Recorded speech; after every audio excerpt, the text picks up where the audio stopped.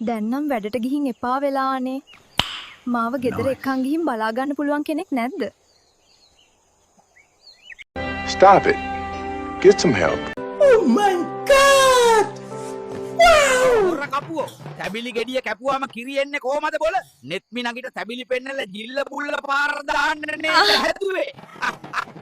අයියෝ ඔයාගේ ටය විතරනේ පන්නලා තියෙන්නේ. කන්නාඩි ඩිකි ඔක්කොම පන්නලානේ. මෙහෙම hina වෙලා හිටියට පඩියෙන් ඉතුරු රුපියල් 200යි යකෝ.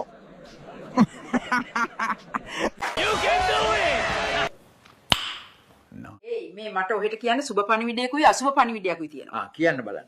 මට ඩිවර්ස් වෙන්න ඕන. එතකොට අසුබ පණිවිඩය මොකද්ද? කවද බං මේ උඹ මගේ බබා කියලා දාන් ඉන්නේ? ඒ මගේ බබා නෙවෙයි මාක් බාබා. අම්මේ මුස්ලිම් යාළුවෙක්. අප්පේ හරිම මහන්සි. ඔය කහට එකක්වත් වක් කරන් ආවනම් තාත්තේ. නොදකින්න යකෝ මට වහ ටිකක් දියා.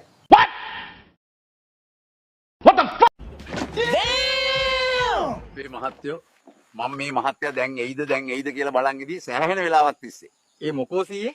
ඉතින් ඉච්චර කලබලයට මාව හෙව්වේ. සර්ග ජීවිතේ සතුටුම දවසනේ අද මේ මල් ටික දෙන්න. සතුටම දවස අද. හෙටනේ මගේ වෙඩ්ඩින් එක. ඒක තමයි බං අද කිව්වේ ආයේ මොන ෆන්ද?